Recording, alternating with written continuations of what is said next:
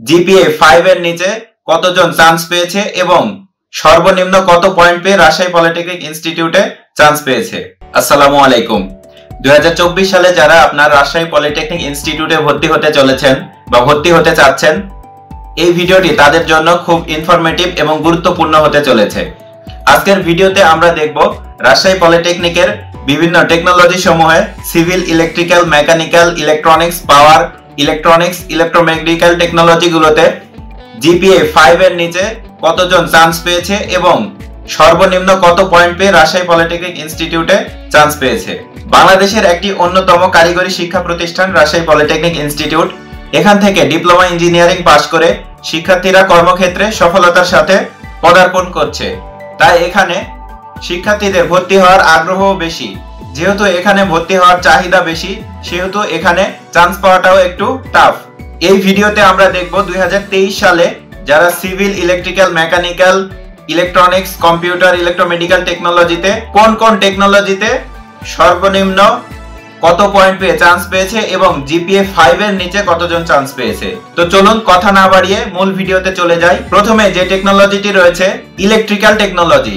Electrical টেকনোলজিতে GPA 5 এর নিচে চান্স পেয়েছে 13 জন এবং সর্বনিম্ন জিপিএ ছিল 4.82। এরপরে যে টেকনোলজিটি আসে মেকানিক্যাল টেকনোলজি। মেকানিক্যাল টেকনোলজিতে জিপিএ 5 এর নিচে চান্স পেয়েছে 15 জন এবং সর্বনিম্ন জিপিএ পেয়ে চান্স পেয়েছে এবং সর্বনিম্ন 4.86 জিপিএ পেয়ে মেকানিক্যাল টেকনোলজিতে চান্স পেয়েছে। এরপরে যে টেকনোলজিটি আছে সিভিল টেকনোলজি।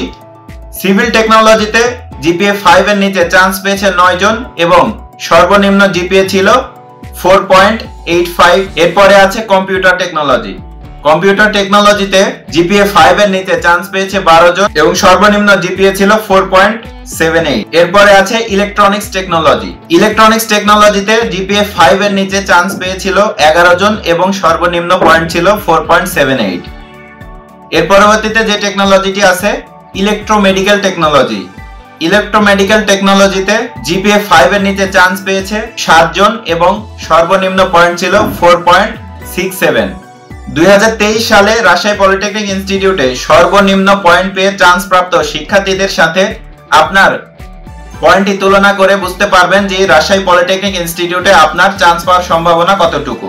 রাজশাহী পলিটেকনিক এবং পলিটেকনিকে ভর্তি রিলেটেড যে কোনো তথ্য পেতে কমেন্ট করুন এবং আমার ভিডিওটি যদি আপনার উপকারে এসে থাকে তাহলে অবশ্যই ভিডিওতে একটি লাইক করবেন এবং চ্যানেলটি সাবস্ক্রাইব করে দেবেন এবং আপনার বন্ধুদের মাঝে শেয়ার করে দিবেন।